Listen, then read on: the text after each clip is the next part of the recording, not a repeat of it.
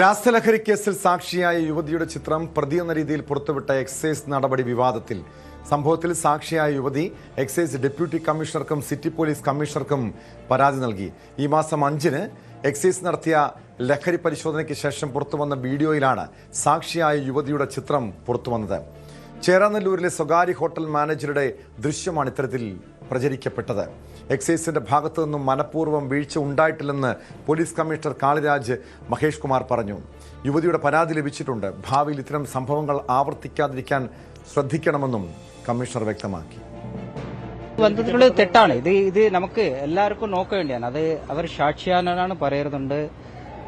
That is correct also. പിന്നെ ചില മീഡിയയിലെ എവിടെ വന്നതാണ് അതൊക്കെ വിഷമമായത്. അത് നമുക്കുള്ള എല്ലാവർക്കും മീഡിയയും എല്ലാവരും റെസ്പോൺസിബിലിറ്റി എടുക്ക വേണ്ടിയതാണ്. We are like as a society you should not put somebody into that kind of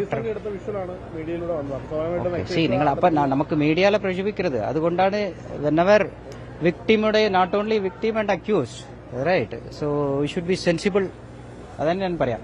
അത് തെറ്റായിട്ട് പോയിട്ടുള്ള വിഷ്വലാണ്. അതാണ് ഇപ്പൊ നാം മനസ്സിലാക്കുന്നത്.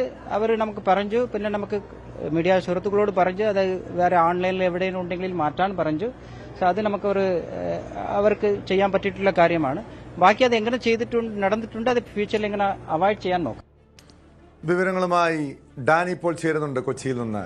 ഡാനി, ഇതുപോലെ ഇപ്പൊ പോലീസ് കമ്മീഷണർ സൂചിപ്പിക്കുന്നത് പോലെ മനഃപൂർവ്വം ഒരുപക്ഷെ എക്സൈസിന് വീഴ്ച ഉണ്ടായിട്ടില്ലായിരിക്കാം.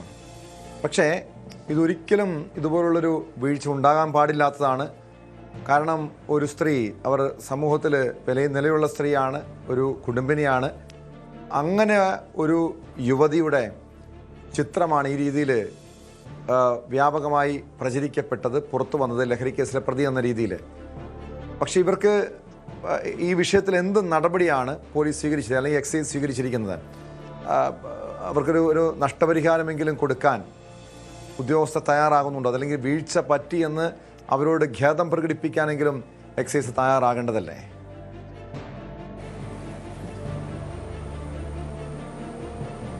ടോം, തീർച്ചയായും അത് മാനുഷികപരമായ ആ നിലകളിൽ നിന്നുകൊണ്ട് അത് ചിന്തിക്കണം, അതിനെ ആ രീതിയിൽ കാണുകയും വേണം. കാരണം